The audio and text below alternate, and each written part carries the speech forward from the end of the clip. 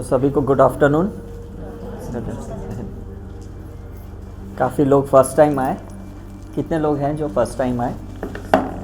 वो काफ़ी लोग हैं जो फर्स्ट टाइम आए। ओके, सो मेरा नाम डॉक्टर उदय शाह है और 1993 जब मैं सेकेंड ईयर मेडिकल स्टूडेंट था तब से हमारी जर्नी स्टार्ट हुई। हमने कैंसर पेशेंट के ऊपर रिसर्च किया था और आज 30 इयर्स हो गए अप्रॉक्सीमेटली। हमारी कंटिन्यूस जर्नी चल रही है मेडिकल एंड स्पिरिचुअल साइंस के ऊपर। बहुत सारे सब्जेक्ट्स के ऊपर हमने रिसर्च किया इन इतने सालों में और हमारी साई करुणा मिशन में बहुत बड़ी टीम है जिन्होंने ये बहुत बड़ा योगदान किया है। 4 लाख से ऊपर स्टूडेंट है जिन्होंने हमें हेल्प किया ये रिसर्च करने में। और हम जब भी ऐसे सेमिनार्स वगैरह रखते हैं तो डेफिनेटली आप लोगों के वजह से भी हमारा रिसर्च आगे बढ़ता है, बिकॉज़ काफ़ी चीज़ें आप लोगों के वजह से भी हमारी ओपनिंग होती है, हमारी भी नॉलेज क्लियरेंस होती है करके। अब एक सब्जेक्ट जो बहुत कॉमन आपने स्पिरिचुअलिटी में सुना होगा, that is meditation. Am I right? बहुत कॉमन सब्जेक्ट है। और आप में से कितने लोग हैं जो मेडिटेशन करते हैं रेगुलर? राइट, मोस्टली सभी लोग करते हैं। राइट, जिन्होंने भी हाथ ऊपर नहीं रखे ना, उन्हें नहीं पता कि वो भी एक्चुअली मेडिटेशन करते हैं। कैसे, मैं आपको बताता हूँ। मेडिटेशन का मतलब होता है ध्यान देना। Is it right? एक हम ध्यान में जाते हैं और एक में ध्यान की क्रिया करते हैं। Is it right? तो जो लोग कहते हैं हम लोग स्पिरिचुअल प्रैक्टिस करते हैं, वो लोग ध्यान की क्रिया करते हैं। They are attempting to meditate. चाहे वो कोई चीज़ पे फोकस करें, कोई एक डॉट पे फोकस करते हैं, कोई लाइट पे फोकस करता है, तो वो प्रोसेस करते हैं, उसको क्रिया कहते हैं। Is it right? लेकिन अगर आपने देखा होगा डे टू डे लाइफ में आप जो भी कुछ करते हो, आप एक्चुअली मेडिटेशन ही कर रहे हो। मतलब अगर आप हाउसवाइफ हो, घर में काम करते हो, आटा गूंथते हो, कुकर चढ़ाते हो या कुछ भी करते हो, चॉपिंग करते हो, है ना, आप उस वक्त भी तो मेडिटेशन कर रहे हो। Is it right? प्रॉब्लम कहाँ पे होता है वो आज हम ये साइंस के ज़रिए जानेंगे करके कि हमारा ये जो माइंड है ना, ये बहुत सारे अलग अलग तरीके में बढ़ गया है, जो मेडिकल साइंस में मुझे कभी नहीं समझ में आया था। मेडिकल साइंस में सिर्फ इतना बताया गया था कि आपके जो रसायन्स हैं, जो केमिकल्स हैं, जो इम्बैलेंस होते हैं, उसको आपको केमिकली बैलेंस करना है। चाहे वो शुगर है, कोलेस्ट्रॉल है, इलेक्ट्रोलाइट है, क्रिएटिनिन है, और हम उसी पे लगे पड़े थे। फिर होम्योपैथी के साइंस के हिसाब से पता चला कि काफ़ी चीज़ें साइकोलॉजिकल है। इसलिए आपने देखा होगा होम्योपैथी के डॉक्टर केस टेकिंग बहुत लंबी लंबी लेते हैं, 1-1.5 घंटे की केस टेकिंग लेते हैं। आपको क्या अच्छा लगता है, बुरा लगता है, मीठा तीखा क्या पसंद है, आपकी नींद कैसी है, आपको सपने कैसे आते हैं। Is it right? मतलब वो थॉट प्रोसेस पे होम्योपैथी बहुत अच्छा फोकस करते हैं और उससे वो कॉन्स्टिट्यूशन जानते हैं, जिसको कहते हैं ड्रग पिक्चर या डिजीज़ पिक्चर। ये 2 चीज़ें होती है जो बहुत कम लोग को पता है, कि वो कोशिश करते हैं आपके बारे में पूरा आपका कैरेक्टर, नेचर जानने की कोशिश करते हैं और उस हिसाब से एक मेडिसिन सिलेक्ट करते हैं। 3600 में से एक दवाई सिलेक्ट करते हैं कि you belong to this drug, you belong to nux vomica, you belong to pulsatilla, you belong to so and so, ऐसा है करके। तो ये होम्योपैथी की रिसर्च है करके, डॉक्टर सैमुअल हनीमैन ने जर्मन में की थी करके। एलोपैथी की रिसर्च मैंने आपको बताया, it's based on chemical basis करके। स्पिरिचुअलिटी की जो रिसर्च है उसमें लोग कहते हैं कि भाई आपका ध्यान भटकता है और इसके वजह से आपको प्रॉब्लम है, तो वो कहते हैं भाई आप अपने ध्यान को भटकाओ मत। Is right? और हम पूरी कोशिश करते हैं ध्यान नहीं भटके, लेकिन ध्यान तो भटकेगा ही। अभी भी जब आपने मेडिटेशन की, राइट, आपका मन भटका कि नहीं? Is right? और आज वही साइंस मैं आपको समझाने की कोशिश कर रहा हूँ कि मन भटकता क्यों है। इसका रीज़न सिंपल है कि हम में से कोई भी इंसान है ना, प्रेजेंट में रह ही नहीं सकता, प्रेजेंट मोमेंट में रह ही नहीं सकता।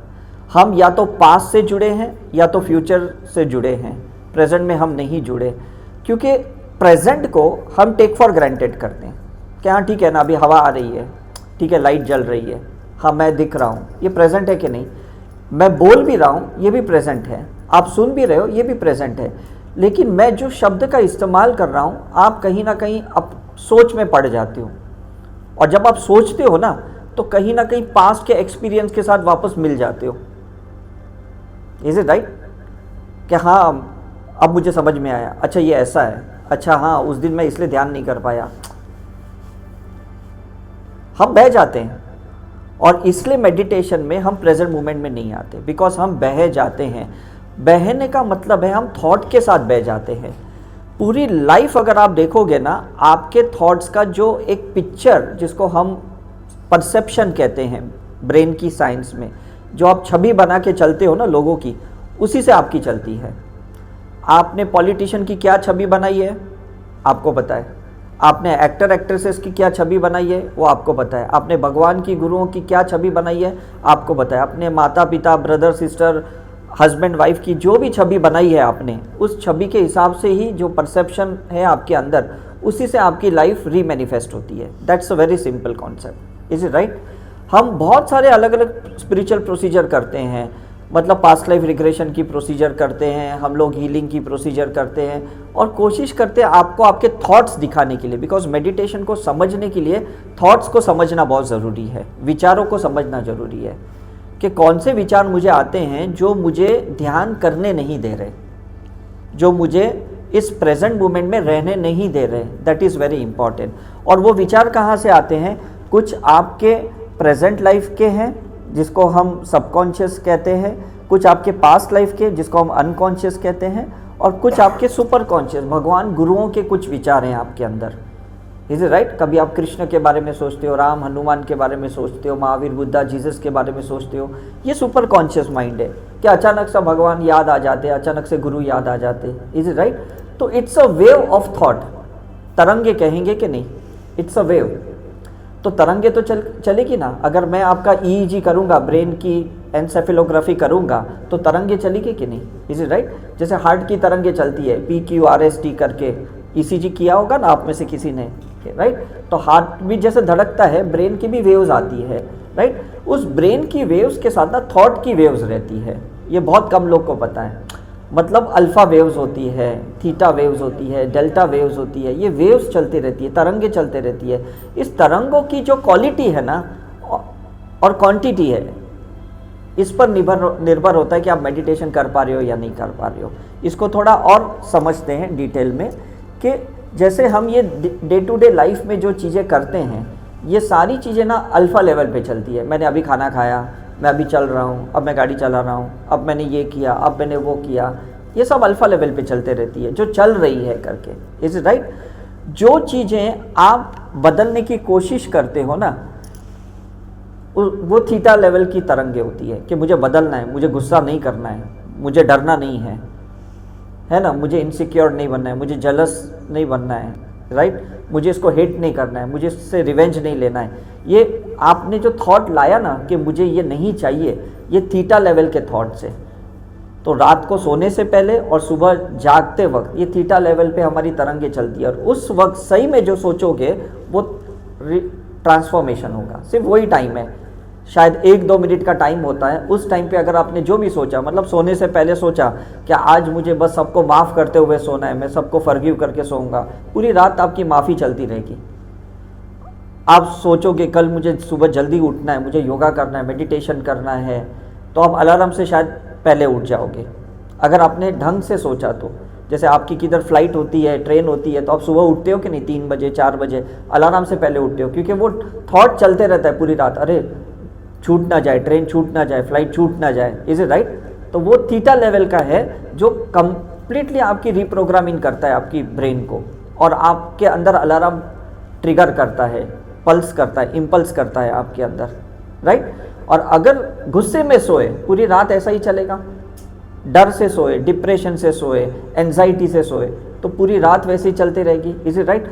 सुबह उठे और अगर आपने कुछ सेकंड के लिए उठने के बाद ऐसा सोचा वापस काम करना पड़ेगा, वापस जाना पड़ेगा, कितना बोरिंग लाइफ है, वापस घर पे खाना बनाओ, वापस ऑफिस जाओ, ये करो वो करो, पूरी दिन ऐसी ही चलते रहेगी। बिकॉज वो थीटा लेवल का कैसा है ना, वो एक बार जो ट्रिगर करता है वो 12 घंटे तक उसका इम्पैक्ट रहता है। मतलब जब तक आप रात को सोते नहीं, दिन भर यही चलते रहेगा।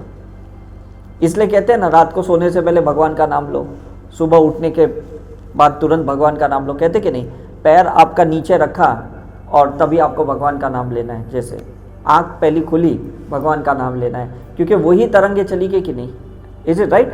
अपने जो सबकॉन्शियस माइंड होते हैं ना, जो ये एक्टिविटी को है, उसको सुपर कॉन्शियस माइंड से जोड़ दो आप, उसको भगवान की गुरुओं की तरंगों से जोड़ दो, क्योंकि उनकी जो फ्रीक्वेंसी है ना भगवानों की, दैट इज तुरिया अवस्था, जिसको हम डेल्टा भी कहते हैं, कि डेल्टा अवस्था में भगवान की गुरुओं की तरंगे होती है। उनके बारे में मैं सोचूंगा तो उनके साथ ट्यूनिंग होगी कि नहीं मेरी? Is it right? Young generation normally कैसा है कि जो भी एक्टर एक्ट्रेसेस होते हैं जिनका अभी बहुत अच्छा टाइम चल रहा है, उसके बारे में सोचते रहते हैं, मुझे इसके जैसे बनना है, इसके जैसे स्पोर्ट्समैन बनना है, इसके जैसे मुझे गाना गाना है, अरिजीत सिंह है, ये है वो है, तो वो उसकी तरंगों से जुड़ते हैं। तो थॉट किसके साथ जुड़ गया? उनके साथ जुड़ गया। Is it right? और काफ़ी बार हमारा क्या होता है कि जो लोग नाकामयाब रहते हैं, जो लोग फेलियर हैं, हम उनके बारे में ज़्यादा सोचते हैं, तो हमारा थॉट्स किसके साथ कनेक्ट होगा? हाँ, उन्हीं के साथ कनेक्ट होगा कि नहीं? कि अरे इसका तो एक्सीडेंट हो गया, अरे इसका तो हार्ट अटैक हो गया, अरे आजकल तो बहुत जल्दी हार्ट अटैक होता है, पहले ज़माने में ऐसे नहीं था। Is right? महंगाई बहुत बढ़ गई, हमारे टाइम पे तो इतना महंगा नहीं था, बहुत सस्ता था। तो हमारी तरंगे महंगाई से जुड़ जाएगी, है ना? और हम बोलेंगे आजकल एफोर्ड नहीं होता, बहुत महंगा है, ये तो मतलब ड्राई फ्रूट्स खाना ही बहुत महंगा हो गया, ये तो यही चीज़ें चलती रहेगी। सो मेडिटेशन भी आपका वही होगा। अब आप समझ रहे हो कि नहीं? मेडिटेशन का मतलब नहीं है कि आप बैठे आंख बंद किए, वो मेडिटेशन नहीं है। मेडिटेशन का मतलब है कौन से थॉट में सबसे ज़्यादा रहे, उसको मेडिटेशन कहते हैं।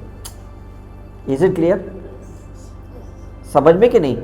जितना ज़्यादा अवेयरनेस में रहेंगे ना, मेडिटेशन का डेप्थ में, मतलब उस थॉट के डेप्थ में नहीं जाएंगे, तो हम प्रेजेंट में रहेंगे।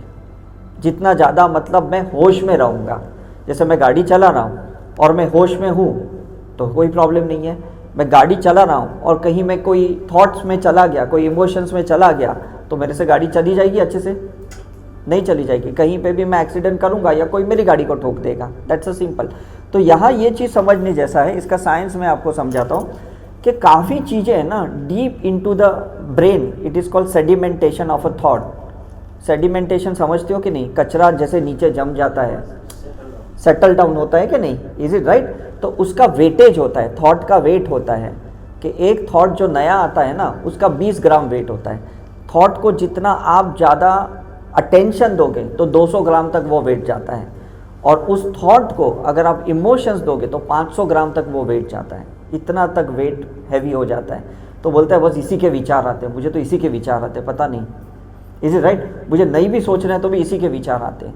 तो दैट इज़ द वेट। तो ये सब है ना हमारी अंदर ना, ऑनियन में कैसे पिलिंग होती है, प्याज काटते हो ना आप, तो एक एक लेयर कैसे निकालते हो, तो हमें मेडिटेशन में क्या होता है ना, वो पिलिंग करनी पड़ती है, वो लेयर निकालनी पड़ती है कि जो भी ट्रॉमास है, जो भी आपके साथ गलत हुआ है, बचपन में हुआ है या अभी रिसेंटली हुआ है, जो भी आपके साथ हुआ है घटनाएं, उसकी पिलिंग करनी पड़ती है मेडिटेशन में। उसको अनलॉकिंग करना पड़ता है। अनलॉकिंग करके उसको इरेज करना है या इवेपरेट करना है। कौन सी दो चीज़ करनी है? इरेज या इवेपरेट करना है। और जो इंसान नहीं कर पाया तो उसको क्या प्रॉब्लम होगा? उसको साइकोसोमेटिक होगा, मतलब उसकी जो थॉट है वो कहीं ना कहीं ब्रेन से बॉडी के सेल्स में जाएगी, और उसको ट्यूमर हो सकता है, सिस्ट हो सकता है, उसको थायराइड हो सकता है, उसको पैनक्रेटिक हो सकता है, कुछ भी बीमारी हो, अर्थराइटिस, अस्थमा, कुछ भी होगा। क्यों? क्योंकि वो थॉट सेडिमेंट होते होते माइंड से ब्रेन में गए, ब्रेन से बॉडी में गए, और बॉडी में कहीं ना कहीं डिपॉजिट हो गए। अब समझ में आ रहा है? Is it right? और उसकी जो तरंगे रहेगी ना, जो उसका वेट होगा ना, और वेट की भी एक फ्रीक्वेंसी होती है, मतलब थॉट की भी फ्रीक्वेंसी होती है। तो अभी सपोज एंगर है ना, एंगर तो सिर्फ लिवर में ही डिपॉजिट हो जाएगा, एंगर और कहीं नहीं जा सकता है। गिल्ट है ना, वो किडनी में ही जाएगा, ऐसा है करके।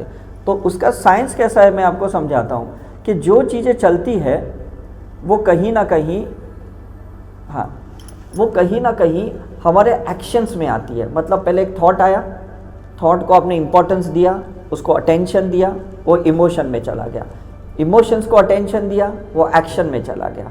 एक्शन को अटेंशन दिया, वो रिजल्ट में चला गया। रिजल्ट में गया, उसको आपने जजमेंट किया, उस जजमेंट से वापस एक नया थॉट क्रिएट हो गया।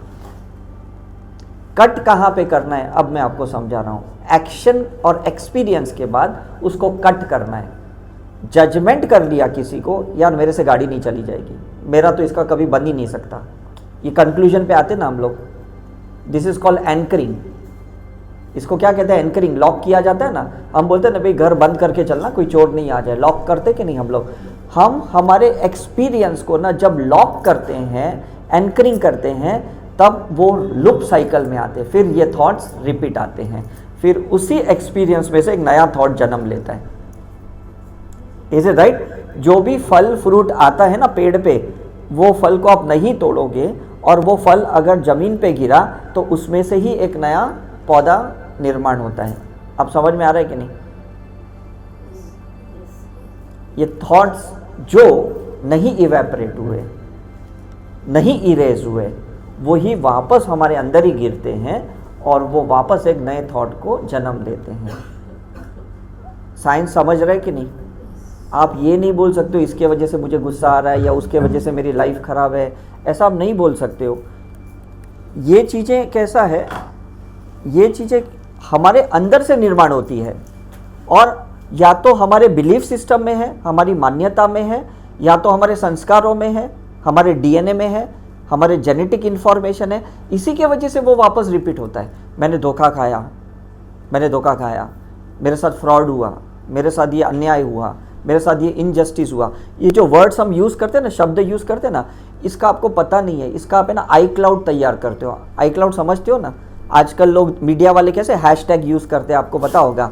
तो हैशटैग के क्लाउड में जाता है कि नहीं? मेरी कोई भी पोस्ट है, मीडिया वाले डालते हैं हैशटैग साईं, हैशटैग स्पिरिचुअलिटी, तो मेरी पोस्ट उस क्लाउड में जाती है। तो आप इनजस्टिस बोलोगे कि मेरे साथ अन्याय हुआ, तो आपका जाएगा कि नहीं उस क्लाउड में? और जब तक उस क्लाउड से उसको डिलीट नहीं करोगे ना, जिसको हम आकाशिक रिकॉर्ड कहते हैं, वो वैसा ही रहने वाला है और उसी के थॉट्स वापस आएंगे। बिकॉज आपने कनेक्शन बनाया कि नहीं? जैसे आपके अंदर अभी एयरटेल या वोडाफोन है, उसका कनेक्शन है, तो आपका टावर और सैटेलाइट के साथ तरंगे आ रही कि नहीं? मुझे बताओ, दूसरी कोई पकड़ेगी तरंगे? नहीं पकड़ेगी। दिखाएगा मैनुअल में कि इतने नेटवर्क अवेलेबल हैं, लेकिन नहीं पकड़ेंगे। अगर आपने हैशटैग फियर किया तो फियर आपको ही कनेक्ट होगा और किसी को फियर कनेक्ट नहीं होगा। हम सोचेंगे यार मुझे इतना डर लग रहा है, सामने वाले को तो डर ही नहीं लग रहा है। Is it right? मुझे इतना गुस्सा आ रहा है, ये कितना शांत बैठा है। वो शांत के हैशटैग से कनेक्टेड है, वो उसका क्लाउड है। और आप समझ में आ रहा है कि नहीं? तो ये देखो, ये सिंपल एक कॉन्सेप्ट है जो मैं आपको समझाने की कोशिश कर रहा हूँ कि हम जो भी अंदर डालते हैं ना, उसी को आकर्षित करते हैं। हम जो कलर की फ्रीक्वेंसी के थॉट्स या उसको जितना वेटेज देते हैं, जितना उसको अटेंशन देते हैं ना, जहाँ अटेंशन है वहीं एनर्जी है। अब क्लियर हो गया कि नहीं आपको? जहाँ अटेंशन है वहीं एनर्जी है कि नहीं? मुझे बताओ। तो हम लोग की चॉइस है, पहला चॉइस है अटेंशन देना कि नहीं। और एक बार अटेंशन दिया ना, फिर चॉइस नहीं है हमारी। एक बार मैं एक्सेलेरेटर, मेरा चॉइस है, मुझे कितने एक्सेलेरेटर दबा के गाड़ी चलानी है। एक बार मैंने एक्सेलेरेटर दे दिया ना, फिर मैं ये नहीं बोल सकता हूं कि अब गाड़ी स्लो चलनी चाहिए, बिकॉज मैंने एक्सेलेरेटर दे दिया है। तो ये लो ऑफ अटेंशन ही हो गया। हाँ, मैं ये कहता हूँ, ये तो अट्रैक्शन है। मैं ये आपको कह रहा हूँ ना कि हम अट्रैक्ट कैसे करते हैं, बिकॉज इलेक्ट्रिकल एंड मैग्नेटिक, हम थॉट और इमोशन जिसको हमने पकड़ा है, तो लॉ ऑफ अट्रैक्शन मैग्नेटाइजिज्म है। समझ में आया कि नहीं? मतलब जो आजकल की चीज़ें हैं, मतलब आजकल का जो यंग जनरेशन है, यूथ जनरेशन है ना, ये लोग इमोशनल नहीं हैं, ये लोग इलेक्ट्रिकल है। विचार बहुत है ना ये यूथ का। Is it right? एजुकेशन बहुत ले रहे हैं, मतलब ग्रेजुएशन, पोस्ट ग्रेजुएशन, ये सब ले रहे हैं। तो इसलिए ये लोग इलेक्ट्रॉनिक गैजेट से ज़्यादा कनेक्टेड है। मोबाइल है, लैपटॉप है, आईपैड है, लॉजिकल है, इसलिए उससे अट्रैक्ट ज़्यादा होते हैं, उससे कनेक्ट ज़्यादा हैं। Is it right? और हमारे पहले वाले जो पूर्वज थे या जो पुराना जनरेशन था, जो इमोशनल बहुत था, वो इलेक्ट्रिकल चीज़ों से कनेक्ट नहीं होंगे। उनको लोग, अरे मुझे ऑपरेट करना नहीं आता, ये कैसे मोबाइल ऑपरेट करना है, ये लैपटॉप कैसे चलाना है, बिकॉज वो मैग्नेटिक चीज़ें हैं। आप समझ में आ रहा है कि नहीं डिफरेंस? इलेक्ट्रिकल समझने को थॉट चाहिए, मैग्नेटिक समझने को इमोशंस चाहिए। Is it right? इसलिए ब्लू कलर की इलेक्ट्रिकल एनर्जी होती है और पिंक कलर की मैग्नेटिक एनर्जी होती है। अब कलर समझ में आ रहा है कि नहीं? राइट? तो पिंक कलर की जो एनर्जी है ना, वो कम से कम 10x की होती है, और जो इलेक्ट्रिकल होती है ना, वो 3x की होती है। समझिए, जैसे कैमरा में ऑप्टिकल होता है कि नहीं, राइट? तो आप बोलते हैं ना कि ये प्रो मैक्स है तो ये 5x से चलता है, इज इट राइट? प्रो है वो 3x से चलता है, नॉर्मल है वो 2x से चलेगा। तो आपका ये लॉ ऑफ अट्रैक्शन है ना, आप कितने x के साथ, थॉट के साथ जुड़े हो ना, उस पर निर्भर करता है। कह रहे इसका मैनिफेस्टेशन बहुत फास्ट हो रहा है, इसका तो हो ही नहीं रहा है, बिकॉज ये 10x से जुड़ा है, ये 2x से जुड़ा है। टेक्निकल समझ रहे हो कि नहीं भाषा, है कि नहीं? तो बच्चे लोग चीज़ों को अट्रैक्ट जल्दी करते हैं बिकॉज वो 10x 30x तक जाते हैं, उनको खिलौना मिलता है, चॉकलेट मिलती है, आइसक्रीम मिलती है, बिकॉज वो थॉट नहीं है, उनका इमोशंस होता है उसके साथ। उनको लॉजिक नहीं पता कि भाई मुझे बुखार है और मुझे आइसक्रीम नहीं खाना चाहिए, मेरे दांत सड़ रहे हैं, मेरे पेट में कीड़े हैं, मुझे चॉकलेट नहीं खाना चाहिए। लॉजिक नहीं है उनको, इज इट राइट? यहाँ पे कोई कथा चल रही है, कोई सत्संग चल रहा है और वो रोते हैं, चिल्लाते हैं, अटेंशन सीकर करते हैं, बिकॉज लॉजिक कहाँ है? उनको ये थोड़ी समझता है यहाँ सब शांत बैठे, मुझे भी शांत बैठना है। आप देखते हो ना फ्लाइट में कोई एक बच्चा रो रहा है तो सब लोग इरिटेट होते कि नहीं? और बच्चे को कोई फर्क भी नहीं पड़ रहा है, मेरे वजह से सब इरिटेट हो रहे हैं, उसका रोना है तो रोना ही है। अब समझ में आ रहा है कि नहीं? हम अंदर से रो रहे हैं और अट्रैक्ट कर रहे हैं, बच्चा बाहर से रो के अट्रैक्ट कर रहा है। हम अंदर से भरे पड़े हैं और हम लॉ ऑफ अट्रैक्शन को मैनिफेस्ट करते हैं और हम सोचते देख वापस इसने मुझे दुखी किया, वापस इसने मुझे हर्ट किया, वापस इसने मुझे टॉन्ट किया, वापस मेरे साथ इसके साथ झगड़े हुए, वापस ये नाराज़ हो गया। अब समझ में आ रहा है कि नहीं? बिकॉज हमने सप्रेस किया है उस मैग्नेटिक फील्ड को, तभी वो बाहर से उसी चीज़ को हम अट्रैक्ट कर रहे हैं। तो हमारा मेडिटेशन, हमारा अटेंशन किस में जा रहा है? उस ट्रॉमा में जा रहा है, उस हादसे पे जा रहा है, उस एक्सपीरियंस पे जा रहा है जिसको हमने जजमेंटली लॉक करके रखा है, पकड़ के रखा है। तो आपको नहीं लगता उस सब चीज़ को अनलॉक करना पड़ेगा? Is it right? डॉक्टर ने बोल दिया कि भाई तुमको ये बीमारी है, अब जिंदगी भर तुमको दवाई खानी है, तुमने लॉक कर दिया कि नहीं नहीं ये तो बीमारी अब मेरे साथ ही चलेगी, जब तक मैं जिंदा हूँ डॉक्टर ने बोला ये बीमारी के साथ चलना पड़ेगा, आप दवाई बंद नहीं कर सकते हो, तो उसने लॉक कर दिया। Is it right? Fear lock करता है। लॉक कौन करता है पता है? फियर लॉक करता है। कैसे करता है मैं आपको बताता हूँ। पंडित बोलते ना आपको काल सर्प दोष है, आपको पितृ दोष है ना, और आप इसे छूट नहीं सकते हो, इसके लिए बहुत बड़ी पूजा करनी पड़ेगी, आपको बहुत पिछले जन्मों के कर्म है।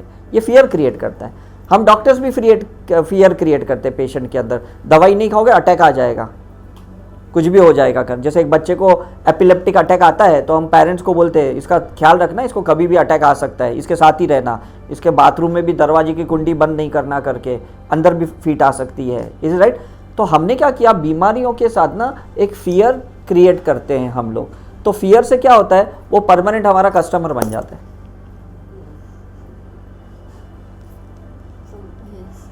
फियर क्रिएट किया कि नहीं? फियर होता कैसा है? लोवेस्ट फ्रीक्वेंसी है which is below the root chakra, Muladhara चक्र। तो जिसको भी क्रिएट करोगे ना वो सेडिमेंटेड होता है, नहीं यार दवाई तो छोड़ नहीं सकते। Is right?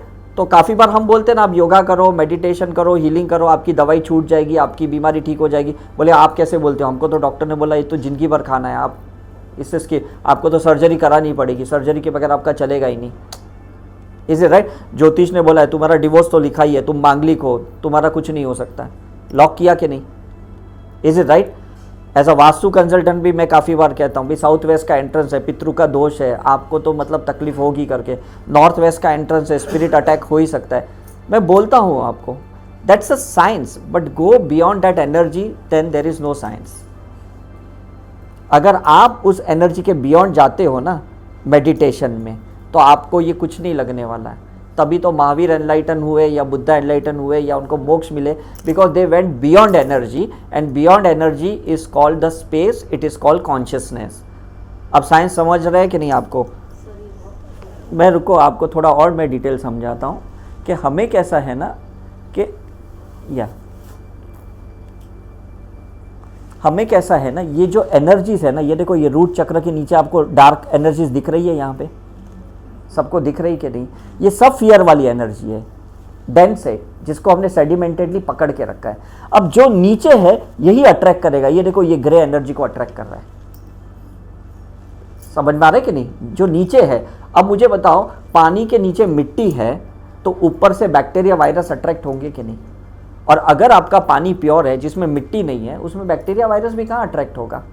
जिसका सैचुरेशन डाउन था, जो स्मोकर थे, जिसके लंग्स वीक थे, उसी को तो कोविड ज़्यादा जल्दी हुआ कि नहीं? अब समझ में आ रहा है कि नहीं? जिसके अंदर पित्त है ना उसी को अल्सर हो सकता है, जिसके अंदर अल्सर है ना उसी को कैंसर हो सकता है। अब लॉजिक यूज करो, ओरिजिन को निकालो। ओरिजिन कौन सा है? थॉट है, और थॉट के साथ अवेयरनेस होना चाहिए। इमोशन में अवेयरनेस नहीं होता बिकॉज हम बह जाते हैं, एक्शन में भी अवेयरनेस नहीं होता, हम बह जाते हैं, जजमेंटल में भी हमारा अवेयरनेस नहीं होता है, बस हम जज कर लेते हैं ये तो मेरे लिए एकदम खराब है, ये तो मेरे लायक ही नहीं है। लेकिन थॉट के टाइम पे ना अभी भी उसकी बहुत कम डेंसिटी है, क्योंकि thought is a gas, gas बहुत कम डेंसिटी का होता है। तो तब हमारा अगर अवेयरनेस रहेगा, नहीं मुझे इस विचार में नहीं जाना, मुझे इस विचार को अटेंशन नहीं देना, मुझे इस थॉट को बिल्कुल अटेंशन नहीं देना, बिकॉज दे आर गेस्ट। आप गेस्ट को ज़्यादा अटेंशन दोगे तो गेस्ट रहेगा कि नहीं आपके घर पे? बोलेगा कितनी खातिरदारी हो रही है यार, हम तो 2 दिन के लिए आए थे, चलो 15-20 दिन रहे, इतना अच्छा खाना पीना रहना कौन मिलेगा, खुद का बेडरूम छोड़ के हमको बेडरूम दे दिया। इज इट राइट और रॉन्ग? तो इसलिए थॉट को गेस्ट है, उसको गेस्ट ही रखो, उनको आने दो, उनको जाने दो, उनको पकड़ो मत। Is it right? विचार को पकड़ लिया तो वो लॉक हो जाएंगे धीरे धीरे, और वो इमोशनल क्रिएट होगा करके। समझ में कि नहीं? बच्चा रो रहा है कि मैं स्कूल नहीं जाऊंगा, जब वो 1.5-2 साल का होता है, हम उसको बोलते नहीं तुझे चॉकलेट देंगे, तू जा स्कूल में।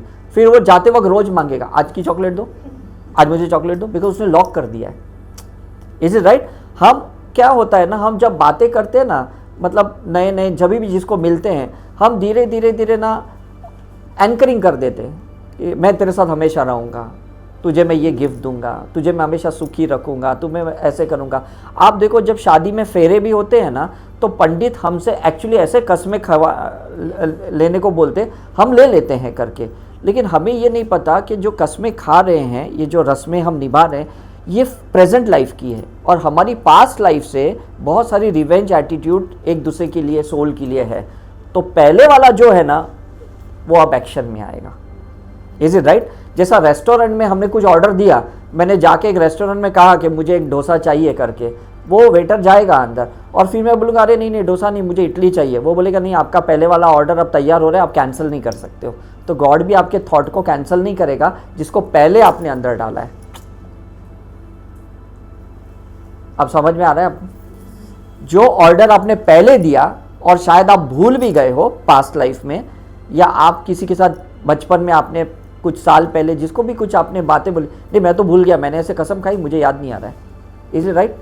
क्योंकि उससे भी पहले पहले पहले जो चीज़ें आपकी सेडिमेंटेड है, जो यहाँ रूट के अंदर है, यही चीज़ें धीरे धीरे धीरे अट्रैक्ट करती है हमारी लाइफ में।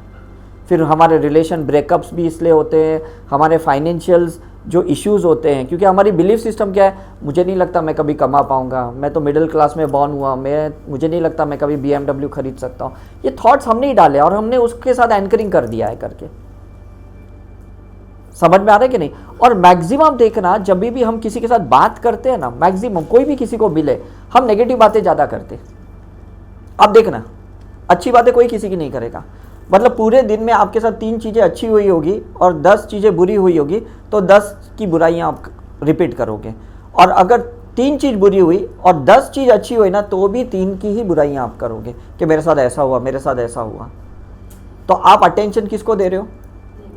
नेगेटिव चीज़ को दे रहे हो, क्योंकि एनवायरमेंट इलेक्ट्रॉन्स का चल रहा है, एनवायरमेंट इलेक्ट्रॉन्स का चल रहा है, एनवायरमेंट प्रोटॉन्स का नहीं चल रहा है, एनवायरमेंट फोटॉन्स का नहीं चल रहा है, लाइट का नहीं चल रहा है करके। समझ में कि नहीं?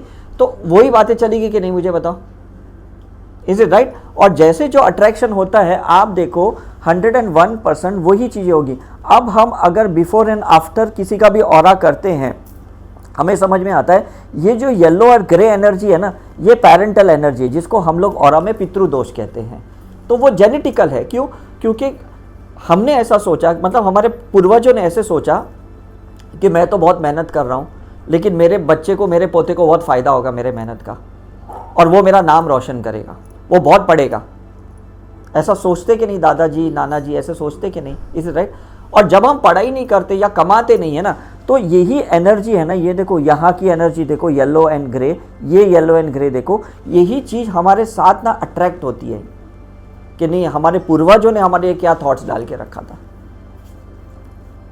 अब समझ में आ रहा है कि नहीं? आपने अपने बच्चे को एक मोबाइल गिफ्ट दिया और ये बोलोगे कि भाई मैं तुझे दे रहा हूँ, तू गेम मत खेलना, इसे अच्छी पढ़ाई करना, इसको अच्छा यूज़ करना, इस्तेमाल करना, इज इट राइट और रॉन्ग? और बच्चा पूरा टाइम गेम खेल रहा है तो आप उसको ताने मारोगे कि नहीं, इसके लिए थोड़ी तुझे मोबाइल दिया, इसके लिए थोड़ी तुझे मोबाइल दिया, तू क्या खेल रहा है? Is it right? तो क्या होता है ना कि जो एनर्जीज हमारी एक्सटर्नली भी सोल अट्रैक्ट करती है, एक तो मैंने इंटरनल आपको बताया कि हम खुद कैसे क्रिएट करते, दूसरे लोग भी हमारे लिए थॉट्स क्रिएट करते कि नहीं? आप भी लोगों के लिए थॉट्स क्रिएट करते हो कि नहीं? आप फिजिकली सब इंडिपेंडेंट हो, हस्बैंड वाइफ पेरेंट्स बच्चे सब इंडिपेंडेंट हो, मेंटली आप सब लोग एक दूसरे के साथ कनेक्टेड हो, इमोशनली सब लोग एक दूसरे से कनेक्टेड हो। Now we got my point. आपको कॉर्ड कट करना पड़ेगा उनके साथ जिनके साथ आप ज़्यादा इमोशनली अटैच्ड हो, जिनकी चिंता ज़्यादा करते हो, उनका एब्जॉर्प्शन ज़्यादा करते हो, उनके थॉट को एब्जॉर्ब करते हो, उनके इमोशंस को एब्जॉर्ब करते हो। समझ में आ रहा है कि नहीं? पुलिस जेल में जब रहता है ना, क्रिमिनल के साथ रहता है, तो आपको नहीं लगता क्रिमिनल के ऑरा को एब्जॉर्ब करेगा पुलिस वाला? तो रास्ते में भी घूमेगा ना, सबको शक की नज़र से देखेगा, क्योंकि दिन में वो 10-50 क्रिमिनल के साथ रह चुका है। बाहर आपके मेरे जैसे भी रहेंगे ना, आपको मेरे जैसे को भी वो शक से देखेगा वो, क्योंकि रह उसके साथ रहा है ना। जिसके संगत में रहोगे ना, वैसा ही ऑरा क्रिएट होगा, वैसे ही थॉट क्रिएट होंगे। Now it's clear. लोग क्यों मंदिरों में गुरुद्वारा में जाके बहुत खुश होते हैं? क्योंकि वहाँ पे फोटॉन्स होते हैं, वहाँ पे सब लोग मंत्र चैंटिंग करते हैं, कोई गायत्री मंत्र, कोई ओम नमः शिवाय करता है, फोटॉन्स क्रिएट करते हैं और वहाँ अच्छी अच्छी बातें करते हैं, भगवान बस मुझे मुक्ति चाहिए, मैं सब करने को तैयार हूँ, मैं ये करूँगा, सब अच्छी अच्छी बातें करते हैं हम लोग, राइट। और जब भी कोई फोटॉन्स क्रिएट करता है ना, तो इलेक्ट्रॉन्स बाहर भागते हैं, नेगेटिविटी बाहर भागती है। इसलिए वास्तु में कहते हैं मंदिर के बाहर घर नहीं होना चाहिए। अब समझ में आ रहा है कि नहीं? उस प्रीमाइसिस में ना घर मकान नहीं होना चाहिए, बिकॉज अंदर तो गुरुद्वारा में, मंदिर मस्जिद में बहुत पॉजिटिव एनर्जी है, लेकिन उस बाहर नेगेटिव एनर्जी है। आप समझ में कि नहीं? बच्चे को इसलिए हम हॉस्पिटल में आने नहीं देते, क्योंकि बच्चा वो एब्जॉर्ब करता है नेगेटिव एनर्जी को, पेशेंट्स की। Is it right? महिलाओं को मेंस्ट्रुअल साइकिल में मना करते हैं, क्योंकि उस टाइम पे उसका डिटॉक्सिफिकेशन पोर्टल ओपन होता है, उसके चक्रस ओपन होते हैं। तो उस टाइम पे अगर वो कहीं पे खाना बनाती है तो उसके नेगेटिव थॉट्स या वो एक स्पिरिट को भी अट्रैक्ट करती है जो चीज़ों को स्पॉइल करने की कोशिश करती है, तो डेफिनेटली वो विक्टिमाइज हो जाएगी। Is it right? साइंस है कि नहीं मुझे बताओ, ये कोई सुपरस्टिशियस की बात नहीं, हमने बहुत और रिसर्च किया इसके ऊपर। प्रेग्नेंट वुमेन को भी अलाउ नहीं करते, कोई जेंट शमशान जाता है तो उसके बाद भी उसको अलाउ नहीं करते पूजा पाठ करने के लिए या कुछ बड़े प्रोसीजर या शादी ब्याह करने के लिए, बिकॉज उस टाइम पे एक मरा हुआ इंसान का एनर्जी उसके साथ है, एक थॉट उसके साथ है। तो बोलते नहीं शोक मनाना चाहिए 13 दिन के लिए, 40 दिन के लिए। Is it right? सफ़ेद कपड़े पहनने चाहिए, कलर वाले कपड़े नहीं पहनते जिनके घर में जिसकी डेथ हुई करके।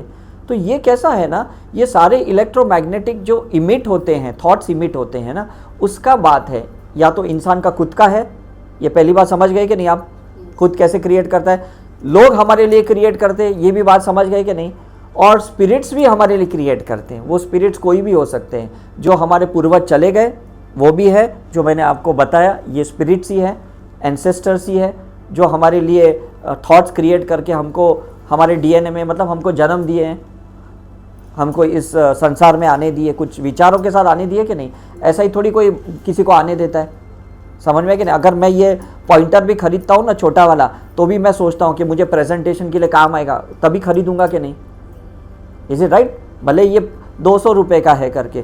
तो हम किसी को जब दुनिया में आने देते हैं ना, तो उसके साथ बहुत सारे विचारों को आने देते हैं, उसके साथ हमारे इमोशंस को आने देते हैं, उसके साथ हमारे बहुत विशेष होते हैं, इच्छाएँ होती है।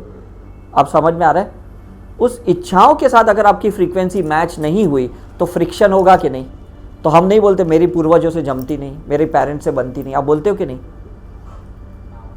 बच्चे के हमारे साथ नहीं बनती है, हमारी अपने पेरेंट्स के साथ नहीं बनती है, क्योंकि वो कुछ अलग थॉट्स लेके आए थे। मेरे पेरेंट्स ये थॉट लेके आए थे कि मैं तो डॉक्टर नहीं बन सका, लेकिन मेरे बच्चे होंगे तो मैं उनको डॉक्टर बनाऊंगा। तो उन्होंने मुझे डॉक्टर बनाया, मेरे बड़े भाई को डॉक्टर बनाया, मेरे छोटे भाई को भी डॉक्टर बनाया। तो हमने कभी गलती से भी नहीं सोचा कि हम इंजीनियरिंग में जाएंगे या हम कॉमर्स में जाएंगे या आर्ट्स में जाएंगे, बिकॉज बचपन से किसी को भी हमारे पेरेंट्स मिलाते थे ना, भले हम 3-4 साल के थे, बोलते ये तो डॉक्टर ही बनेगा, ये तो डॉक्टर ही बनेगा। एंकरिंग किया कि नहीं हमारे अंदर? मैं डॉक्टर बन के बाहर निकला, मैंने प्रैक्टिस भी अच्छी की, लेकिन मुझे ऐसे लगा I am not fit for this field. और लोग बोले ये क्या बात कर रहे हो, तुम तो इतने अच्छे पेशेंट्स देख लेते हो, तुम्हारे क्लिनिक पे इतनी भीड़ रहती है, तुम्हारे अच्छा मतलब ट्रीटमेंट कर लेते हो। लेकिन अंदर से मैं सेटिस्फाइड नहीं था, बिकॉज मेरी सोल जर्नी कुछ अलग सोच के जन्म ली थी और मेरे पेरेंट्स ने कुछ अलग सोच के मुझे जन्म दिया। अब यहाँ डिफरेंस समझ रहे कि नहीं आप? राइट ये बच्चा जिसका हमने ऑरा किया है ना, ये बच्चा का स्पीच का प्रॉब्लम है, स्लरिंग है स्पीच, स्टैमरिंग है इसके साथ। क्यों? क्योंकि यहीं पे मैच नहीं होता है, ये एक्सप्रेस नहीं कर पा रहा है। जो चीज़ के लिए इसको जन्म दिया गया है पेरेंट्स ने और जो चीज़ के लिए वो आया है, इसमें ज़मीन आसमान का फ़र्क है। और हम सबके साथ ऐसा ही प्रॉब्लम हो रहा है। तो मेडिटेशन में ये जानने की कोशिश करो आपका सोल पर्पस क्या है, आपका लाइफ पर्पस क्या है, आप क्यों जन्म लिए हैं, ये मेडिटेशन से फाइंड आउट करो। Is it right? आपको पिलिंग करनी पड़ेगी, अनवांटेड वो सारी चीज़ों को निकालनी पड़ेगी जो आपकी लाइफ के प्रोग्रेस को रोक रहा है। आप समझ में आ रहे कि नहीं? फिर आप योगा करो, जैसे जैसे आप ये एक्टिविटी करोगे ना, धीरे धीरे धीरे धीरे धीरे आप अपने ऑरा में चेंजेस देखोगे। ये चेंजेस दिख रहा है, ये देखो ये कैसे ड्रेनेज हो रही है, लीकेज हो रही है एनर्जीज, ये मल्टीपल एनर्जीज है। धीरे धीरे धीरे यहाँ मोनोटोनस हो गई, ग्रीन और स्काई ब्लू हो गया। कलर्स में समझ में आ रहा है कि नहीं डिफरेंस आपको? Is it right? मतलब आप सोचो, एक थॉट जिसको हम प्यूरिफाई कर रहे हैं, एक थॉट जिसको हम ऑब्जर्व कर रहे हैं। इसलिए स्वामी विवेकानंद ने बहुत अच्छे से कहा कि अपने विचारों से बात करो, अपने विचारों को देखो। तो लोगों ने सोचा विचार को कैसे कोई देख सकता है, but it's a fact, because विचार की भी एक छवि होती है। जैसे मैं आपको बोलूँ एप्पल देखो, एप्पल आया कि नहीं सामने? Is it right? तो मैं ये आइसक्रीम, तो आइसक्रीम आया कि नहीं सामने? Is it right? तो मैं यही कह रहा हूँ कि मेडिटेशन का मतलब होता है कि उनको देखो जो सबसे ज़्यादा आपके अंदर आ रहे हैं और उसको धीरे धीरे फिल्टर करने की कोशिश करो। Is it right? फिल्टर कैसे करोगे? अटेंशन उस चीज़ को दो जो चीज़ आपको चाहिए, जो चीज़ नहीं चाहिए ना उस विचारों को अटेंशन मत दो। मैं बीमार हूँ, मैं कमज़ोर हूँ, मुझे बहुत तकलीफ़ है, मुझे प्यार नहीं मिल रहा है, मुझे रिस्पेक्ट नहीं मिल रही, मुझे वैल्यू नहीं मिल रही है, इन विचारों को अटेंशन ही मत दो आप। मेरी इसके साथ नहीं बनती है, मुझे तो आजकल पता नहीं क्या हो रहा है, मुझे नींद नहीं आ रही है, मुझे बहुत दर्द हो रहा है, मुझे दर्द हो रहा है, मुझे दर्द हो रहा है। दर्द बढ़ेगा क्योंकि पेन को फ्यूल टू फायर कर रहे हो आप। अब समझ में आ रहा है कि नहीं? राइट? अब देखो बच्चा जो होता है ना, उसको कहीं चोट लगती है, फॉर एग्जाम्पल आप उसको बताए देख एरोप्लेन गया, 2 सेकंड के अंदर वो एरोप्लेन को देख के अपना पेन भूल जाता है, क्योंकि वो प्रेजेंट में जीता है बच्चा। Is it right?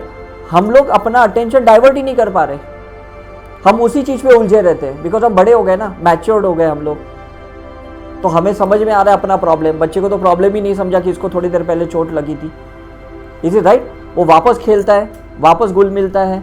Is it right? हम पकड़ते मुझे बुआ के साथ बात नहीं करना है, मुझे इसके साथ बात नहीं करना है, मुझे इसके साथ रिलेशनशिप नहीं रखना है। बच्चे को तो कुछ नहीं, उसके घर पे जाके खाएगा पिएगा, उसी की थाली में खाएगा, शेयर करेगा, उसके गोद में खेलेगा। Is it right? क्योंकि उसको कोई एनालिसिस नहीं है, उसका कोई जजमेंटल पार्ट नहीं है कि मेरी मम्मी इसके साथ बात नहीं करती है तो मुझे इसके साथ बात नहीं करना है। इनोसेंट रहते कि नहीं वो लोग? अब मुझे बताओ इनोसेंट रहते कि नहीं? तो इनोसेंसी का मतलब है कि प्रेजेंट में रहना। इज इट क्लियर और नॉट? कि बच्चे को कुछ भी ऐसे नहीं लगता है। मतलब जब मैं छोटा था ना, मुझे काफ़ी रेस्ट्रिक्शंस दी गई थी मेरे पेरेंट्स के थ्रू कि इससे बात मत करना, इसके घर पे मत जाना, हम लोग जाते नहीं, इसने अपने साथ ऐसा किया वैसा किया। अब मुझे समझ में नहीं आता था इन्होंने क्या कुछ किया, क्योंकि वो फिलॉसफी ही नहीं थी ना हमारे अंदर कि इन्होंने प्रॉपर्टी ले ली हमसे, या इन्होंने हमको ऐसे किया, उन्होंने हमको पढ़ने नहीं दिया। मतलब वो चीज़ें हमारे दिमाग में ही नहीं थी, तो हमारा जजमेंटल पार्ट नहीं था, तो हम उनके पास जाते थे। इज इट राइट और रॉन्ग? तो जैसे जैसे आप मेडिटेशन करते जाओगे ना, आप देखोगे आपका अंदर इनर चाइल्ड एक्टिव होगा, आप इनोसेंट बनते जाओगे।